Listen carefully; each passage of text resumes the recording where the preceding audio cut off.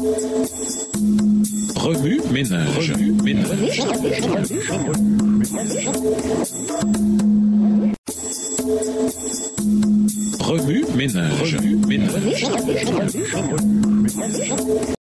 Bienvenue à votre émission Remue ménage. Nous voilà à la leçon 3. Des rappels pour ne pas oublier. Lisons Genèse 12. Genèse, le chapitre 12. L'Éternel dit à Abraham, va-t'en de ton pays, de ta patrie et de la maison de ton père dans le pays que je te montrerai. Je ferai de toi une grande nation et je te bénirai. Je rendrai ton nom grand et tu seras une source de bénédiction. Je bénirai ceux qui te béniront et je maudirai ceux qui te maudiront et toutes les familles de la terre seront bénies en toi. Abraham partit comme l'Éternel le lui avait dit et Lot partit avec lui. Abraham était âgé de 75 ans lorsqu'il sortit de Charan. Abraham prit Saraï, sa femme, et Lot, fils de son frère, avec tous les biens qu'ils possédaient et les serviteurs qu'ils avaient acquis à Charan. Ils partirent pour aller dans le pays de Canaan et ils arrivèrent au pays de Canaan. Verset 6. Abraham parcourut le pays jusqu'au lieu nommé Sichem, jusqu'aux chênes de Morée. Les Cananéens étaient alors dans le pays. L'Éternel apparut à Abraham et dit, je donnerai ce pays à ta postérité.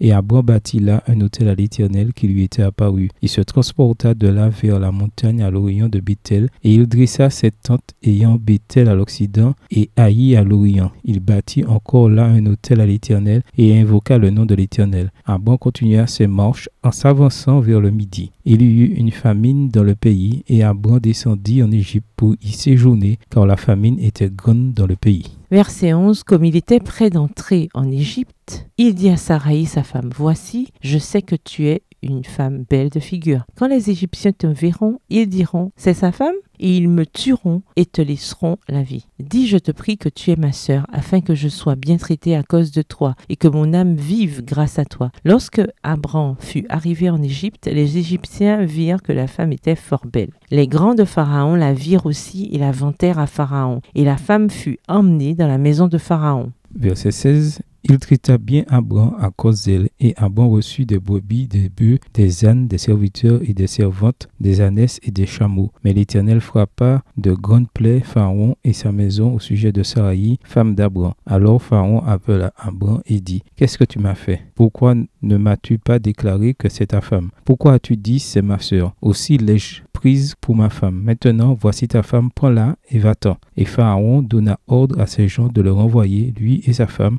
avec tout ce qui lui appartenait. Mon autre esprit introduire. Un sabbat, un pasteur adjoint de mon église a lancé un appel spécial. Il a demandé à chacun de prendre un selfie avec quelqu'un, de s'engager à prier ensemble chaque jour de la semaine suivante, puis de publier leur engagement sur les médias sociaux en mentionnant bien sûr l'église. J'ai fait équipe avec un ado nommé Derwin, mais il y avait un problème dans ce plan. Mon esprit encombré. Je ne me fiais pas à moi-même pour me rappeler de prier pour Derwin chaque jour, étant donné la multitude de choses qui me passaient par la tête à n'importe quel moment. En retournant à ma place, j'ai fait quelque chose qui, je le savais, m'aiderait à ne pas oublier ma réunion de prière quotidienne avec Derwin. J'ai sorti mon portable et j'ai ajouté un rappel à mon calendrier. Chaque jour, à 5 heures du matin, l'alarme me rappelait de prier pour Derwin. Bien que plusieurs années se soient écoulées, je prie toujours pour Derwin à 5 heures du matin parce que mon cellulaire me rappelle de ne pas l'oublier. À l'époque biblique, les gens ne disposaient pas d'appareils électroniques pour les aider à se souvenir. Cependant, ils avaient d'autres moyens leur servant de rappel. Dans leur culture où les informations étaient transmises oralement, ils se souvenaient mieux des événements importants, certes, mais ils avaient eux aussi des aides-mémoires pour les choses qu'ils ne voulaient jamais oublier. Ils avaient des autels du souvenir. Dans la Bible, les autels bâtis à Dieu représentent des lieux de consécration et de commémoration. Ce sont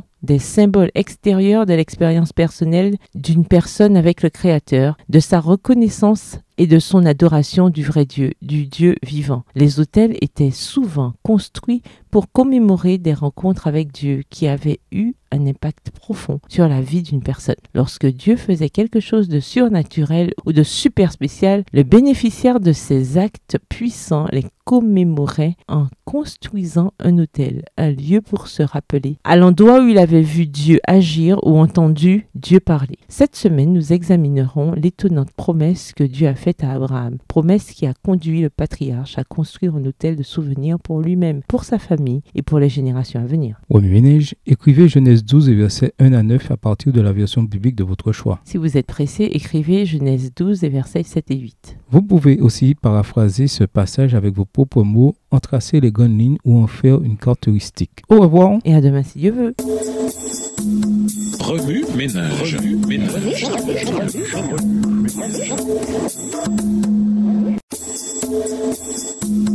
Remue ménage. Remue ménage.